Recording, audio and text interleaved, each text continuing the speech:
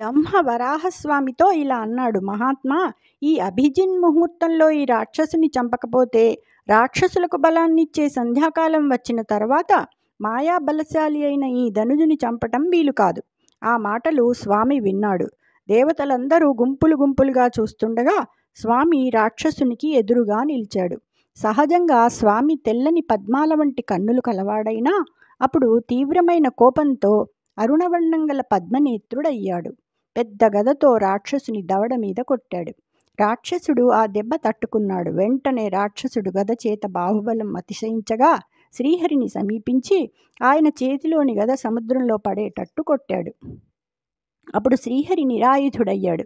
దానవుడు యుద్ధధర్మాన్ని గుర్తు తెచ్చుకుని యుద్ధం మానుకుని నిలుచుని చూస్తున్నాడు. ఆ సమయంలో దేవతల ఆహాకారాలతో ఆకాశం నిండిపోయింది. రాక్షసుని యుద్ధధర్మాన్ని చూచి అతని పరాక్రమానికి, ధర్మపాలనకు శ్రీహరి ఆశ్చర్యపడ్డాడు.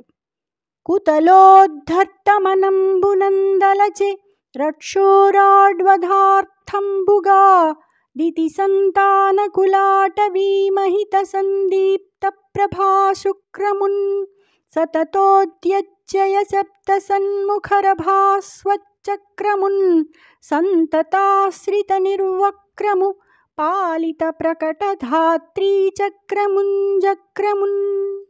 భూమిని ఉద్ధరించిన శ్రీహరి మనస్సులో చక్రాయుధాన్ని రాక్షస వధ కోసం స్మరించాడు. అది దితి సంతతి అనే అడవిని తీవ్రంగా జ్వలించి దహించే కాంతితో ఉజ్వలమైనది. నిరంతరం ఉదయించే జయ జయ ధ్వానాలతో ప్రకాశించే కాంతి పుంజం గలది. ఆశ్రయించిన వారి విషయంలో మొక్కబోనిది. భూమండలాన్ని అంతటినీ రక్షించేది. జై శ్రీకృష్ణ.